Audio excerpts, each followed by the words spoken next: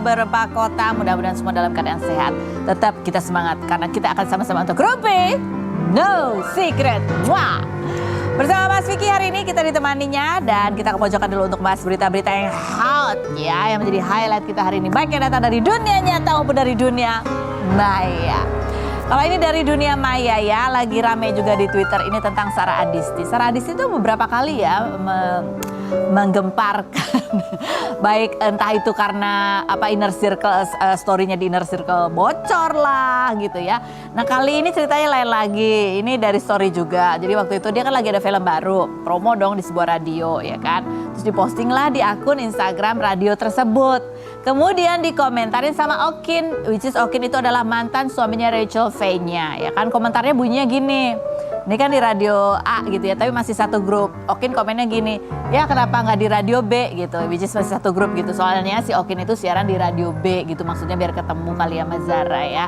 Yang mencengangkan adalah tiba-tiba di bawah komentarnya Okin itu ada komentarnya ibunya Sarah Adisti. Mari kita baca berikut ini komentar ibunya Zara.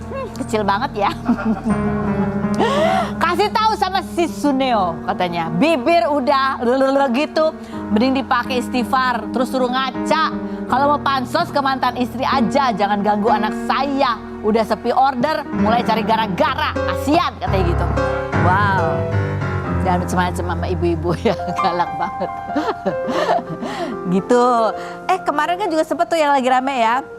Gara-gara ada sebuah acara ulang tahun, pokoknya ada Rachel Fenya, ada Okin, ada Zara, ada siapa lagi?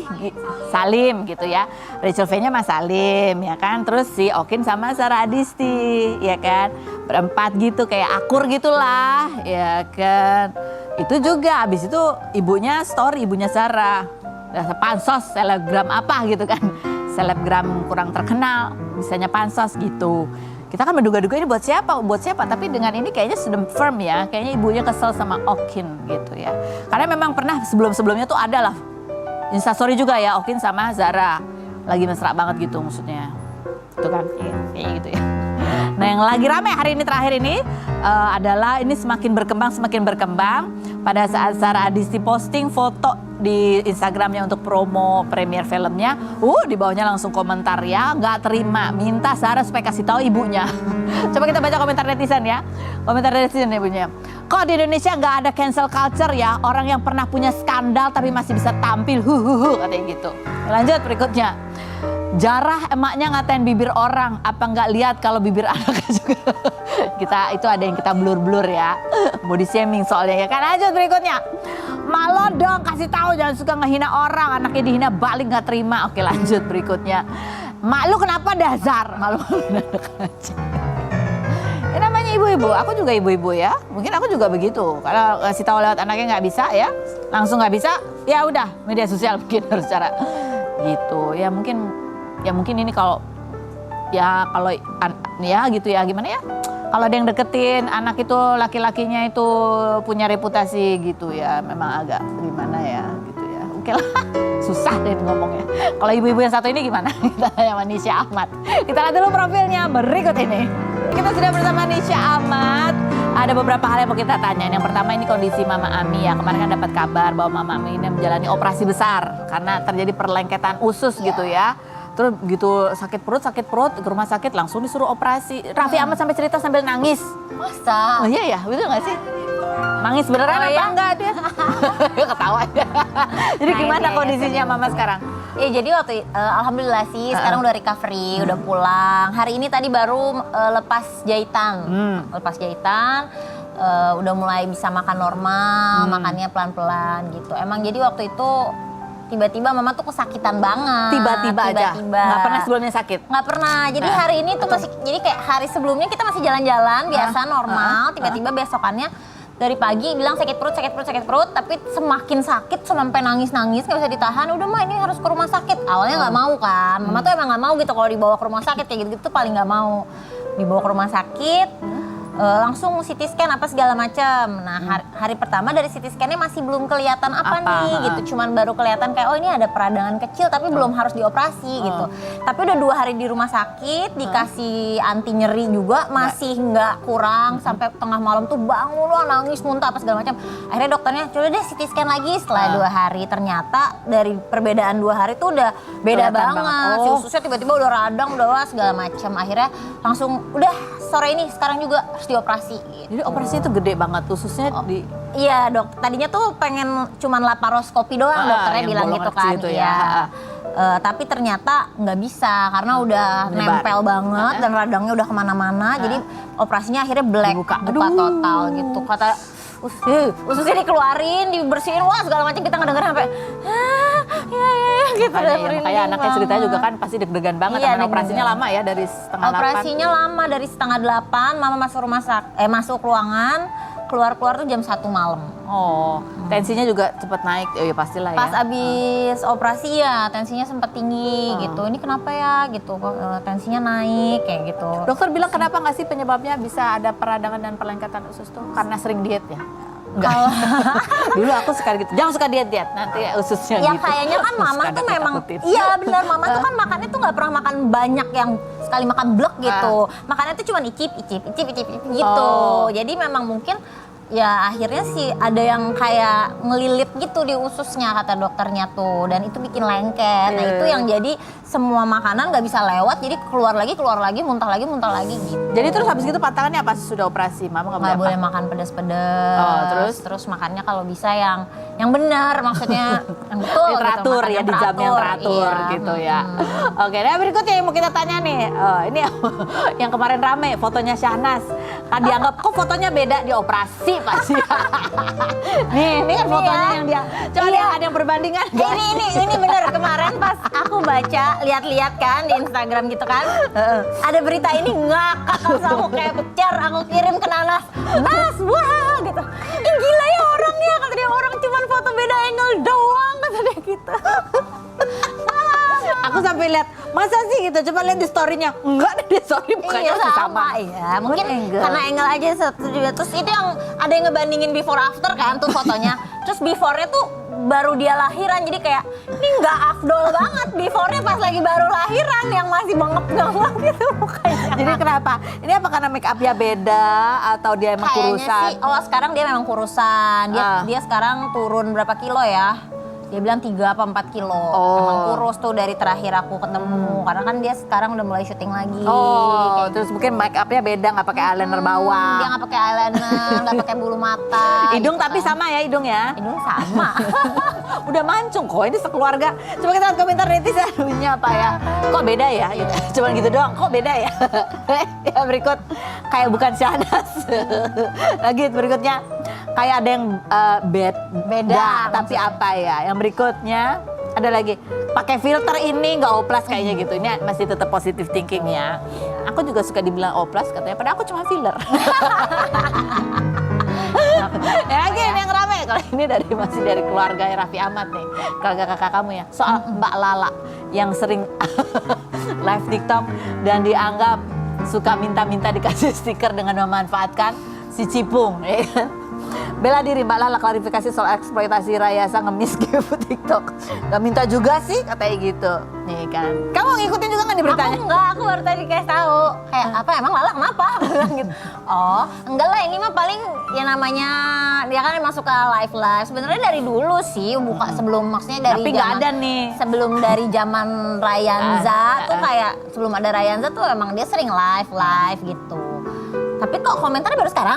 Yang Nggak, komen soalnya baru kalau sekarang. sekarang kan ada ini yang pakai gift itu loh, stiker. yang- Itu kan bisa diuangin. Oh gitu. Tahu nggak Ibu? Jadi Oh, kalau gitu. kita live nih ya kan ya. Di TikTok tuh bisa minta dikirimin apa, dikirimin itu ada duitnya gitu. Nanti bisa ditukerin menjadi uang cash. Oh gitu. Nah karena ada Rayanza jadi orang pikir wah ini Eksploitasi. Ya karena begitu Ryansa datang, Pak, banyak Ya, deh tuh banyak kirimannya. ya. Tapi Lala bilang nggak minta juga katanya gitu. Jadi dia nyebut guguknya mana guguk? Itu stiker guguk. Satu stiker harganya berapa tuh? 70. Oh wow banyak dong, dapat 10 udah banyak ya.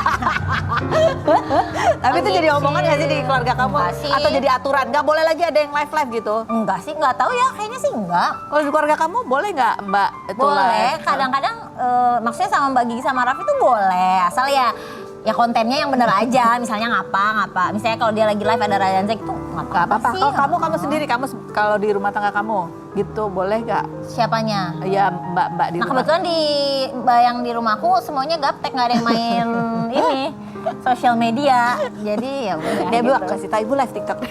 Ya oke deh, mulai sekarang, wow, luar biasa. Komentar netizen coba kita baca bukannya anak-anak gak boleh masuk live ya gitu. Ada lagi ini komentarnya yang berikut. Pernah denger sih. Ya dari dulu emang kurang ser kalau lihat Mbak Lala, nggak tahu kenapa. Langsung banyak hatersnya Mbak Lala sekarang ya. Makanya males kadang lihat. Tapi kan memang ada, maksudnya orang beda-beda ya. Iya, Ada biasa. yang memang misalnya dia gitu punya mungkin pekerja, terus pekerjaannya ada nge-live terus anaknya masuk, ada yang nggak terima kan ada ya. Ya tergantung Ada keluarga yang kayak orang gitu. tuanya masing-masing. Tergantung ini sih kebijakan masing-masing ya. Tapi kan kalau lihat ya memang kan kayaknya awet-awet ya. Katanya ini ambil agensinya dari rekomendasi kamu. Aku tuh emang suka supply gitu sebenarnya. Bukan rekomendasi kamu gitu loh. Bukan, iya nggak sih? Kalau Lala sama yang Suster Renza sih bukan. Cuman rata-rata kalau orang yang kerja di rumah memang iya. Lama-lama. Itu gimana caranya? Apa yang kalian lakukan sehingga mereka lama? Apakah gajinya banyak? Atau ada cara menyaring sendiri? Ada yang bertugas untuk interview gitu? Kalau aku sih ya kita tuh pertama kan pas mau kerja kan lihat dulu ya orangnya ya. Terus kayaknya oh ini oke nih. Terus misalnya mereka ada kebutuhan atau apa tuh kita harus perhatian. Maksudnya kayak misalnya kan kelihatannya misalnya kayak orang ini di rumah kok kerjanya jadi nggak ini lemes, gitu. ada apa sih, gitu. Kadang aku panggil gitu. Kenapa kamu lagi ada masalah? Misalnya, iya teh ini saya sakit gini-gini. Oh gimana? Jadi selesai ini gimana? Kayak gitu-gitu. Jadi karena mereka kan di rumah ya udah jadi kayak keluarga ya, jadi selayaknya lah kita memperlakukan mereka seperti keluarga. Itu jadi beri perhatian gitu ya. Terus kalau nggak interview khusus nggak ada ya? Nggak ada. Ini kalau mungkin kalau di kamu kan nggak apa-apa. Kalau di tempatnya Raffi Ahmad harus itu nggak bisa sosial media nggak? Kayaknya ya. Kalau mereka semuanya wow gitu. Memang harus bisa mengaktifkan semua sosial medianya ya. Betul. Karena itu harus diaktifkan. Harus diaktifkan. Follower harus banyak. Oke, ini yang berikutnya yang lagi orang pengen tahu juga. Ini kan kamu baru kali itu kayaknya waktu nonton konsernya Melly ya di Malaysia, kamu naik private jetnya Raffi Ahmad. Betul, baru. Itu baru pertama kali. Baru, itu dia kayak udah punya dari lama, temen-temennya dulu yang udah naik gitu. Alhamdulillah diajak juga. Kataku, masih inget aku. Oh kirain baru kali itu kamu bikin vlog, ternyata baru kali itu kamu diajak. Emang baru kali itu, kayak baru ada kesempatan bareng-bareng gitu berangkat. Kan aku juga bukan yang misalnya si Arafi punya terus, mau dong pokoknya harus kan, nggak gitu ya. Kayak ya udah nanti aja kalau emang lagi ada waktu dan kesempatan Kalau di kita kakakku bersama-sama sendiri lah gitu. gitu. Kamu pernah, boleh nggak kalau kamu sendiri yang pakai pinjem gitu? Nggak ada Raffinya, nggak ada giginya? Udah pernah nanya belum? Belum sih. Nah, tolong tanyain. Coba tanya ya. Belum pernah juga ya nanya ya. Gak ini tapi dia punya sendiri, joinan sama yang lain. Ya, emang Cewek. ya, cuman kan tetep ya kalau pakai kayak gini kan kita nanti disuruh bayar juga. Bayar parkirnya di sana di luar negeri. Nggak, apa gini, segala tapi macem. belum dijawab ini punya dia atau punya beberapa orang, jadi satu tuh sewa. Ini tuh punya kayaknya ada beberapa orang. Beberapa gitu orang. bareng-bareng. Kayak Jadi gitu. kalau mau pakai boleh, tapi boleh bisa bayar. disewain juga sekalian promosi. Boleh. Nanti ada di sosial medianya, silahkan diklik. Cerita-cerita nggak sih kalau mau beli private jet gitu? Enggak, kalau sama mama pasti cerita. Tapi kalau sama aku sama Nanas biasanya udahnya baru ini loh gitu. Terus kalian tanggapannya gimana? Oh ya bagus lah, nanti kapan-kapan ajak naik ya gitu aja kalau kita mah. Jangan lupa ya gitu aja. Kalau kita pakai nggak usah suruh pakai bayar-bayar deh. Jangan terus bayar parkir ya. Bayar parkirnya berapa sih bang? Kemarin tuh lumayan lah ya, mahal gitu ya. Jutaan, puluhan, ratusan. Ratusan sih. Kan sama bayar pilot apa segala macam. Sekali pakai. Jadi sekali pakai gitu. Jadi harus berbanyak ya, biar patungannya. Iya makanya bareng-bareng sama teman-teman. Itu berapa orang? patungan. Muat berapa orang satu pesawat? Kalau yang ini 6. Kalau yang ini 6, memang ada yang lain lagi? Ya maksudnya kan jenis-jenis pesawat beda-beda loh. Ya, Kalau coba yang ratusan ini. bagi 6 masih mahal. Nggak jadi deh. Rica, abis ini apa lagi? Kamu ke depan ada punya rencana apa? Kalau tadi kan Anas main sinetron lagi, kamu? Nana sudah mulai stripping lagi. Aku juga pengen sih. Cuman aku tuh suka bingung gitu loh, kayak aduh suka nggak tega ninggalin anak-anak gitu, karena kayak waktu sebelumnya stripping tapi ketemunya pulang malam mereka udah tidur, pagi cuma mau sekolah gitu. Terus anak-anak tuh udah protes waktu itu. Ya udah, kenapa nggak kamu minta dibikinin apa gitu sama Raffi? Bikinin apa loh? Iya, yang nggak syutingnya usah keluar rumah. Oh di rumah bisa aja. ya, Bisa. oke nanti Aku ini kasih ide ya. dari Karo. Iya betul. Jangan lupa kabar-kabar. Jangan lupa jangan lupa kabar kawin aku gitu ya. Bisa, thank you ya udah hadir ngobrol-ngobrol di sini. Masih ada beberapa bintang tamu lagi yang berikut ini, ada Cory Pamela dan suaminya Umar Syarif. Ini Cory ini baru 29 Januari memutuskan untuk berhijab. Sebelum-sebelumnya sih sempat ya beberapa setiap lebaran gitu mencoba berhijab, tapi sekarang nih insya Allah istiqomah ya. Ada cerita apa di balik dia semakin mantap untuk berhijab? Kita lihat dulu profilnya berikut ini. Oke, sudah bersama dengan Cory Pamela dan suaminya Umar ini ya. Kita terakhir ngobrol di sini ketemu karena ini pasangan yang kompak banget, selalu bikin TikTok bareng ya. Karena dulu dancer jadi TikToknya gitu pasal satu konten. Sampai sekarang masih ya.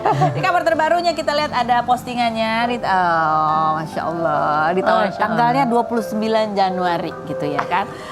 Ini kenapa ada tanggal spesial sehingga dipilihnya tanggal itu? Ada kejadian apa di tanggal itu? Enggak ada. Tapi emang pengennya tuh udah dari tahun-tahun sebelumnya gitu sebenarnya. Tahun sebelumnya tuh sebelum pandemi, pas pandemi. Tahun lalu pas aku lagi hamil berapa ya, 4-5 bulan tuh. Jadi ada momen yang kayak, pernah gak sih Kak Ros kayak galau, cuma gak tahu galaunya kenapa gitu. Terus aku hampir tanya ke dia yang, aku pakai hijab kali ya. Terus dia nanya, yakin gak? Enggak gitu, langsung cepet gitu jawabnya. Terus aku tunggu. Ini kayaknya kalau mau nungguin si Yakin nih susah nih datangnya nih. Jadi akhirnya aku jemput aja deh Yakinnya gitu. Kenapa tanggal 29? Soalnya pesenan hijabnya datang tanggal 28, cuci, langsung besoknya baru bisa pakai Karo. Jadi gitu. Tidak ada tanggal khusus spesial tuh nggak ada ya? Nggak ada. Karena nggak ada persiapan dia. Nggak ada. Yang aku mau hijab nih besok, yuk kita belanja, nggak ada gitu. Nggak ada. Tiba-tiba Jadi kapan? Hari ini. Soalnya udah datang. Gitu. Pesan online tuh datang. Iya, Kayaknya lucu nih hari ini ya. Iya. oh ya Bismillah, yakin ini yang aku tunggu kemarin, ternyata ini. Udah. Dia nunggu-nunggu ternyata nggak bilang-bilang. Oh, kamu nunggu-nunggu tapi nggak ngomong-ngomong. Kenapa selain berkeliling kita